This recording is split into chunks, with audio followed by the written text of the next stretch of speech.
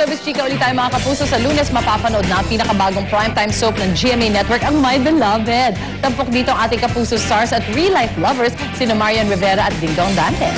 Jack, aabangan na naman yan ng ating mga kapuso. Lalo na't madalas daw makikita rito ang machong katawan ni Dong.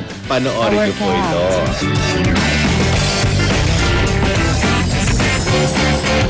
In character, si Dingdong Dantes nang lumabas ito kagabi sa press con ng Kapuso's newest primetime soap na magsisimula na sa February 13, ang My Beloved. Bukod sa kakaibang imahe, ay madalas din daw makikitang naka-topless ang aktor dito. Suportado naman daw ito ng kanyang leading lady at girlfriend na si Marian Rivera. Oo. Malalaman niyo kung bakit kapag napanood niyo. Siguro ang masaabangan nila yung character ni Dong dito. Kasi dalawa si Dong dito as Angel, as Arlan at saka Benji. So siya yung talagang mas maraming character na gagawin at iba-iba talagang acting niya dito. At para mas angkop sa kanyang karakter bilang sundo na si Arlan, special diet daw ang sikreto ni Dong para mapanatili ang kanyang magandang pangangatawan. Mismo si Marian pa nga daw ang naghahanda at nagluluto nito. Basta iba-iba, basta yung mga pwede lang nakainin niya.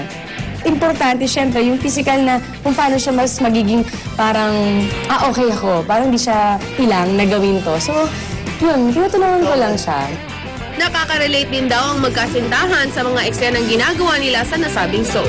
Si Arlan, maraming isinakripisyo para sa pag-ibig. Ganon din si Sarina. And siyempre para sa amin, sa mga pinagdaanan, may mga bagay rin na sinacrifice kami. Para siyempre, para sa isa't isa.